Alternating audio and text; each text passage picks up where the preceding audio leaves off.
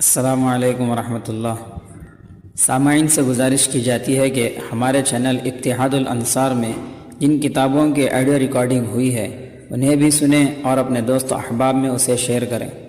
آپ کی آسانی کے لیے ان کے لنکس ڈسکرپشن میں دے دیے گئے ہیں، اور ہمارے چینل کو سبسکرائب کرنا نہ بھولیں۔ جزاک اللہ خیر۔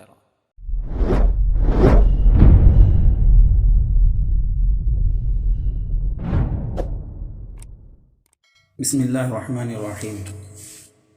امام مہدی کا مختصر تعارف۔ نام محمد، والد کا نام عبداللہ اور لقب مہدی ہوگا۔ اہل بیت کے خاندان سے ہوں گے، فاطمی نسب ہوگی، والد کی طرف سے حسنی اور ماں کی جانب سے حسینی ہوں گے۔ مدینہ منورہ میں ولادت ہوگی۔ چہرہ روشن و نورانی اور ناک بلند و ستوا، شکل و صورت میں حضور صلی اللہ علیہ وسلم سے مشابہ، اور اخلاق و سیرت میں حضرت حسن رضی اللہ تعالیٰ عنہ کی طرح ہوں گے۔ 40 سال کے ہوتے ہی والی حجاز کی وفات ہو جائے گی اور جانشین کے مسئلے پر مدینہ میں اختلاف شروع ہوگا۔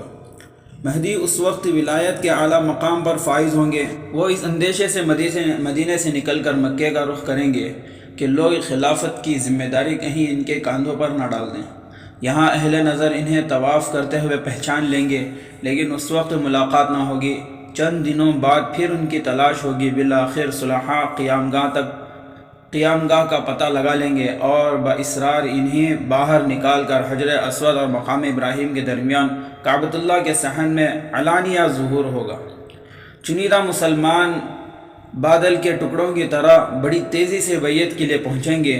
ان لوگوں کی تعداد اصحاب طالوت اور بدری صحابہ کی طرح 313 ہوگی۔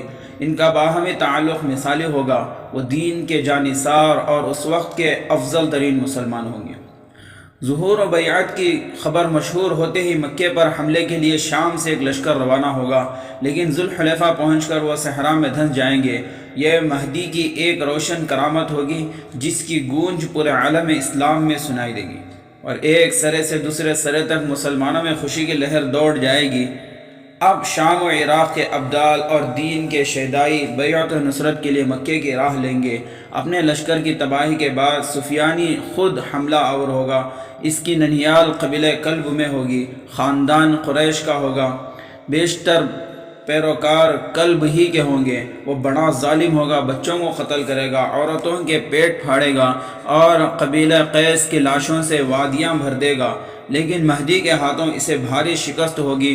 عورتوں کو باندی بنا لیا جائے گا۔ وہ دمشق روڈ پر فروخت ہوں گی۔ مال غنیمت کا ڈھیر ہوگا۔ جنگ کے خاتمے پر امام خوب داد دہش کریں گے۔ اس دن وہ شخص بدقسمت ہوگا جو جہاد کے اجر و ثواب اور قلب کی غنیمت سے محروم رہ جائے۔ اس معرکے سے نمٹ کر مہدی مدینہ منورہ کا رخ کریں گے۔ روضہ نبوی صلی اللہ علیہ وسلم پر حاضری ہوگی اور افضل ترین مجاہدوں کا ایک بڑا لشکر ان کی امارت میں شام کی طرف روانہ ہوگا۔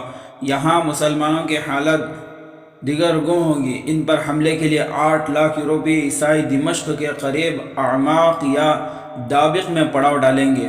ان کے جھنڈوں کی تعداد 7 یا 8 ہوگی۔ مہدی کے جیالے 3 حصوں میں تقسیم ہوں گے، ہر ایک کا جھنڈا الگ ہوگا۔ دشمنوں کی بنسبت ان کی تعداد بہت تھوڑی ہوگی۔ عیسائی چالاکی سے مدنی لشکر کو جنگ سے ہٹانا چاہیں گے، لیکن ان کے سخت رویے سے وہ جوش میں آ جائیں گے۔ 3 دن مسلسل خون ریزی ہوگی۔ چوتھے دن اللہ تعالیٰ مہدی کو فتح سے ہمکنار کرے گا۔ سارے صلیبی مسلمانوں کے ہاتھوں مارے جائیں گے۔ میلوں دور تک لاشیں پڑی ہوں گی۔ کچھ لوگ جان بچانے کے لیے ترکی اور بحیرہ روم کی طرف بھاگیں گے۔ مسلمانوں کا لشکر ان کا پیچھا کرتے ہوئے لبنان میں گھس پڑے گا۔ بیروت کی سرزمین فاتحین کی قدم بوسی کرے گی۔ پھر مہدی یہاں سے بحیرہ روم کے راستے یورپ کی طرف بڑھیں گے۔ اٹلی کے دارالحکومت روم کو فتح کر لیا جائے گا۔ پورے بر اعظم میں اسلامی فوج پھیل جائے گی۔ عیسائی شکست کھا کھا کر بھاگیں گے، انہیں کہیں پناہ نہ ملے گی۔ امام واپسی میں قسطنطنیہ کا قصد کریں گے۔ یہ بھی اس وقت صلیبیوں کے قبضے میں ہوگا۔ مجاہدین کے نعروں سے اس کی فصیلیں گر پڑیں گی۔ شہر میں فوراً ہلالی پرچم لہرایا جائے گا۔ دشمن بے دست و پا ہو کر ہتھیار ڈال دیں گے۔ مال غنیمت کا انبار ہوگا۔ حجازی فوج سب پر قبضہ کر لے گی۔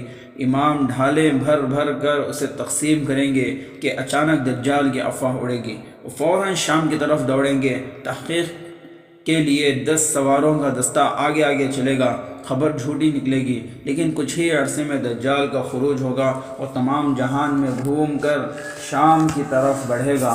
امام اس سے پہلے دمشق پہنچ جائیں گے، یہیں حضرت ابن مریم کا نزول ہوگا۔ مجاہدین نماز فجر کے لیے صفیں درست کر رہے ہوں گے، اقامت کہی جا چکی ہوگی۔ مہدی امامت کے لیے جیسے ہی تکبیر کہنا چاہیں گے، 2 فرشتوں کے شانوں پر ہتھیلیاں رکھے حضرت عیسیٰ علیہ السلام مسجد کے مشرقی مینارے پر اتریں گے۔ ان کے کپڑوں کا رنگ زعفرانی ہوگا، ہاتھ میں جنگی حربہ ہوگا۔ مہدی انہیں امامت کی دعوت دیں گے، وہ انکار کریں گے، بالآخر امام ہی نماز پڑھائیں گے۔ سلام کے بعد دونوں کی ملاقات ہوگی، پھر ابن مریم کے حکم سے مسجد کا دروازہ کھلوایا جائے گا۔ باہر دجال ہوگا، اس کے ساتھ 70,000 مسلح یہودی ہوں گے۔ اسلامی فوج بڑھ بڑھ کر حملہ کرے گی۔ حضرت عیسیٰ علیہ السلام کو دیکھ کر دجال بھاگ کھڑا ہوگا۔ مسیح و مہدی اس کا تعاقب کریں گے۔ موجودہ اسرائیلی ریاست کے شہر لد میں وہ مسلمانوں کے ہاتھوں گرفتار ہوگا۔ ابن مریم اسے اپنے نیزے سے قتل کریں گے۔ یہودیوں میں بھگدڑ مچ جائے گی۔ اس وقت کوئی چیز انہیں پناہ نہیں دے سکے گی۔ شجر حجر اور در و دیوار تک یہودیوں کے خلاف سرگرم عمل ہوں گے۔ اسرائیل فتح ہوگا، صہیونیت ہمیشہ کے لیے مٹا دی جائے گی۔ جنگ کے خاتمے پر مہدی و مسیح ان تمام علاقوں کا دورہ کریں گے جو دجال کی دست برد سے تباہ ہو چکی ہوگی۔ وہاں کے باشندوں کو اجر و ثواب کی بشارت دیں گے۔ پھر دونوں بزرگوں کا تمام مقدس مقامات کا دورہ ہوگا۔ ظہور کے بعد مہدی کے 7 سال عیسائیوں سے لڑنے میں خرچ ہوں گے۔ 8واں سال دجال کے قلعہ قمہ میں گزر جائے گا اور 9واں سال حضرت عیسیٰ علیہ السلام کی معیت میں گزرے گا، جس کے دوران امام کفار و مشرکین کے خلاف عالمی جہاد چھیڑیں گے۔ جزیہ موقوف ہوگا، خنزیر کی جڑ مٹے گی، صلیب کے پرچے اڑیں گے، کفر و شرک کا نام و نشان نہ رہے گا۔ ہندوستان کے فرما روا کو بھی گرفتار کیا جائے گا۔ الغرض ساری دنیا کو فتح کر کے مہدی عالمی خلافت راشدہ قائم کریں گے۔ یہ دنیا کا سب سے حسین دور ہوگا۔ عدل و انصاف کی فراوانی ہوگی، آسمان خوب برسے گا، زمین اپنے خزانے اگل دے گی، مال و دولت کے ڈھیر ہوں گے، انوار و برکات کا نزول ہوگا، اسلام ہی کا سکہ چلے گا، مسلمان بڑے مستغنی ہوں گے۔ منادی کی آواز گونجے گی کہ جسے مال و دولت کی ضرورت ہو وہ خلیفہ کے پاس آئے، لیکن اب کوئی کھڑا نہ ہوگا۔ زکوٰۃ و صدقات قبول کرنے والے ڈھونڈنے سے نہ ملیں گے۔ الغرض پوری دنیا ایک خالص اسلامی معاشرے میں تبدیل ہو جائے گی اور کفر و شرک، بغض و حسد، بخل و عداوت، مکر و فریب، نفاق و ریاکاری اور بے دینی جیسی بیماریوں کا نام و نشان تک نہ رہے گا۔ اسی سال کے اخیر میں امام مہدی کی وفات ہوگی اور ابن مریم جنازہ پڑھا کر انہیں دفن کر دیں گے۔ اللہم اجعلنا من